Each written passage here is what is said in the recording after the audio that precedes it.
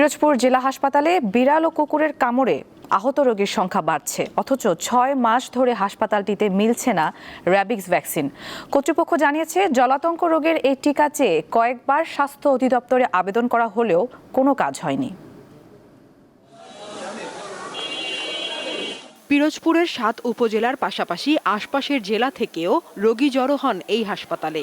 কুকুর ও বিড়ালের কামড়ে আহতদের জন্য ভরসার জায়গা পিরোজপুর জেলা হাসপাতাল, কিন্তু প্রায় ৬ মাস ধরে সরকারিভাবে র্যাবিস ভ্যাকসিন সরবরাহ করছে না স্বাস্থ্য অধিদপ্তরের কমিউনিকেবল ডিজিজ কন্ট্রোল সিডিসি বিভাগ।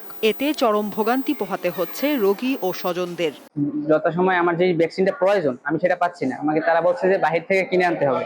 এখন বাহির থেকে কিনে আনতে হচ্ছে, আমার মতো তো আরো অনেক জনগণই আছে, তাদের কিনতে গেলে আর্থিক অসুবিধা হচ্ছে। এখানে ভ্যাকসিন শর্ট, তার কারণে এখন আমরা কিনে দিতে হইতেছে। অনেক সময় নষ্ট হচ্ছে, অপেক্ষা করতে হচ্ছে, একটু ভোগান্তি হচ্ছে। কুকুর ও বিড়ালের কামড়ে আক্রান্তদের মধ্যে অধিকাংশই শিশু ও নারী। ৪ জন মিলে বাইরের ফার্মেসি থেকে ভ্যাকসিন কিনে চিকিৎসা নিচ্ছেন। যে আমাদের ভ্যাকসিন নাই কেন, কিন্তু আমাদের তো কিছু করার নাই। এখন ভ্যাকসিন নাই যখন, তখন তো বাইরে থেকে ভ্যাকসিন কিনে এনে দিতেই হবে। এখানে মূলত বিনামূল্যে ভ্যাকসিন দেওয়া হয়, কিন্তু মাস থেকে সরকারি সাপ্লাইটা শেষ হয়ে গেছে বিধায় আমরা জনগণকে বলতে বাধ্য হচ্ছি তারা ৪ জনে মিলে একটা বাইরে থেকে কিনে আনে, আমরা এখান থেকে প্রসেস করে দিয়ে দিই। মানুষের ভোগান্তির কথা স্বীকার করে সিভিল সার্জন জানান, সাধ্যের মধ্যে সেবার সবটুকু দিচ্ছেন তারা। প্রতিদিন 30 থেকে 40 জন পেশেন্ট আসে, তো আমরা তাদেরকে চেষ্টা করি প্রত্যেকে ভ্যাকসিন তাদেরকে দেওয়ার জন্য সরকারিভাবে।